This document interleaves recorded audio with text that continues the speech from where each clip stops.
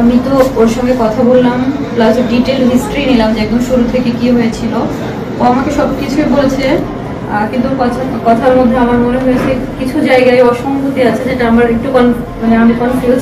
তারপরে আমি ওকে এক্সামিনেশন করেছি। আসিয়ার বড় বোন হামিদাকে মাগুরার সদরে নেওয়া হয়েছে চিকিৎসা করানোর জন্য। তার কারণ, আসিয়াকে যে রাতে মারা হয়েছিল ঠিক তার আগের রাতে আসিয়ার বোন হামিদাকেও অমানবিকভাবে মেরেছিল তার স্বামী এবং শ্বশুরবাড়ির লোকেরা। আসিয়াকে ধর্ষণের কথা স্বীকার করে ১৬৪ ধারায় জবানবন্দি দিয়েছে ধর্ষণ ও হত্যা মামলার প্রধান আসামি হিটু শেখ। এই ধর্ষক হিটু শেখ আসিয়ার বড় বোন। প্রথমেই আপনারা ডক্টর এবং আসিয়ার সেই সাক্ষাৎকার শুনলেন। বর্তমানে বাংলাদেশে আসিয়া হত্যা মামলা নিয়ে যখন হইচই সৃষ্টি হয়েছিল এবং সেই তারই মাঝে লুকিয়েছিল গোপন এক রহস্য, যে রহস্য আজও প্রকাশ হয় নাই বাংলার মানুষের সামনে। তবে সেই রহস্যটুকু উন্মোচন করেছেন ডক্টর। ডক্টর বর্তমানে হামিদাকে প্রশ্ন করায় যে সমস্যাগুলা তুলে ধরেছেন এবং যেগুলা পেয়েছেন তা অবাক করা তথ্য। হামিদার কাছ থেকে টেস্টের পরে অনেক কিছু তথ্য বেরিয়ে এসছে, যা অবাক করা আসিয়ার এবং তার শ্বশুরের পক্ষ থেকে। আমি তো ওর সঙ্গে কথা বললাম, প্লাস ডিটেল হিস্ট্রি নিলাম যে একদম শুরু থেকে কি হয়েছিল। ও আমাকে সবকিছুই বলেছে, কিন্তু কথার মধ্যে আমার মনে হয়েছে কিছু জায়গায় অসঙ্গতি আছে, যেটা আমার একটু আমি কনফিউজ। তারপরে আমি ওকে এক্সামিনেশন করেছি।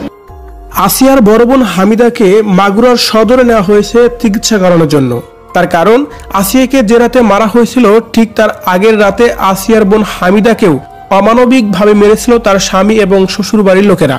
কিন্তু কতটা মেরেছিল, কিভাবে, কোথায় কোথায় আঘাত করা হয়েছে হামিদার উপর, আর এই সব বিষয় নিয়ে ডাক্তার সুমি আক্তার দেখে কি বলছে, ভিউয়ার্স এ বিষয়ে জানতে সম্পূর্ণ ভিডিওটি দেখে সঙ্গেই থাকুন। ওর যে বলেছিল যে বুকে ওকে দিয়ে কাটা হয়েছে এরকম, তো আমি ওটা এক্সামিনেশন করে দেখলাম। বড় বোন হামিদার কারণে যে ছোট্ট আসিয়ার এই দুনিয়া থেকে বিদায় নিতে হতে, এই বিষয়টি আমরা সবাই জানি। কিন্তু সেই রাতে আসিয়ার বোন হামিদার সাথে কি কি হয়েছিল, কি কারণে আসিয়ার বড় বোন হামিদাকে মেরেছিল তার স্বামী সজীব, আর কেনই বা আসিয়া বলেছিল যে আমি সবকিছু বাড়িতে গিয়ে আব্বু আম্মুকে বলে দেব, তোমরা আপুকে কি কারণে কিভাবে মেরেছো। আর এই কথার কারণেই যেন কাল হয়ে দাঁড়িয়েছিল সজীব ও তার শ্বশুর বাড়ির লোকের। হামিদার সাথে ঘটে যাওয়ার বর্ণনা দিয়ে ডাক্তার সুমি আক্তার সে সময় বলতেছিল, হামিদাকে প্রথমত তার চুল ধরে বাড়ির ওয়ালের সাথে তাকে বেশ কয়েকবার মাথায় বাড়ি দেয়, কিন্তু তাতে তার কোনো মাথায় তেমনভাবে সমস্যা না দেখা দিলে সাময়িক সময়ের জন্য অনেক কষ্ট পেয়েছে হামিদা। অন্যদিকে হামিদা বলেছিল তাকে না দিয়ে কাটা হয়েছে, সেই সত্যতা প্রমাণ পাওয়া গেছে। আমি হামিদাকে দেখে যা বুঝলাম তা হলো সত্যি তেমনটি করা হয়েছে হামিদার সাথেও। মূলত হামিদার ব্রেস্টের উপরের আশেপাশে ৫-৬ জায়গা দিয়ে কাটা হয়েছে।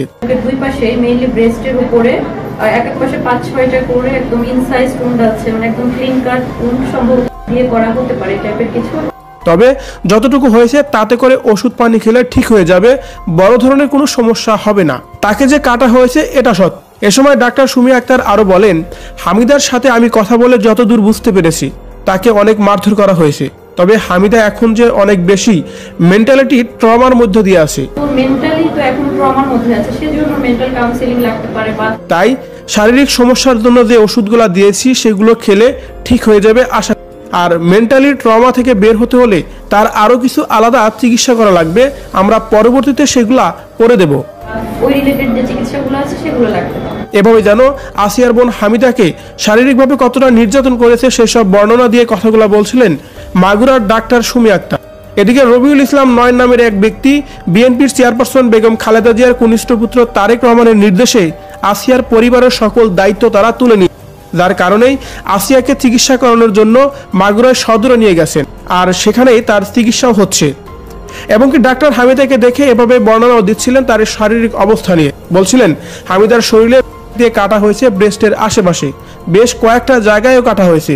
সদীপ এই কাজটি করেছে, যার কারণে আসিয়া প্রতিবাদ করায় তাকে জীবন দিতে হয়েছে, এমনটি বলছিলেন হামিদা ও তার পাশে। হামিদার কাছ থেকে পাওয়া এই তথ্য আসলে কি কোনো কাজে প্রয়োজন পড়বে, নাকি হিটু শেখের মামলায় কোনো এই ফাঁসিতে কোনো বাধা সৃষ্টি করবে, এমন মন্তব্য উঠে আসে। তবে এই মন্তব্যে বর্তমানে সেই হামিদা ফেঁসে যেতে পারে এমন মন্তব্য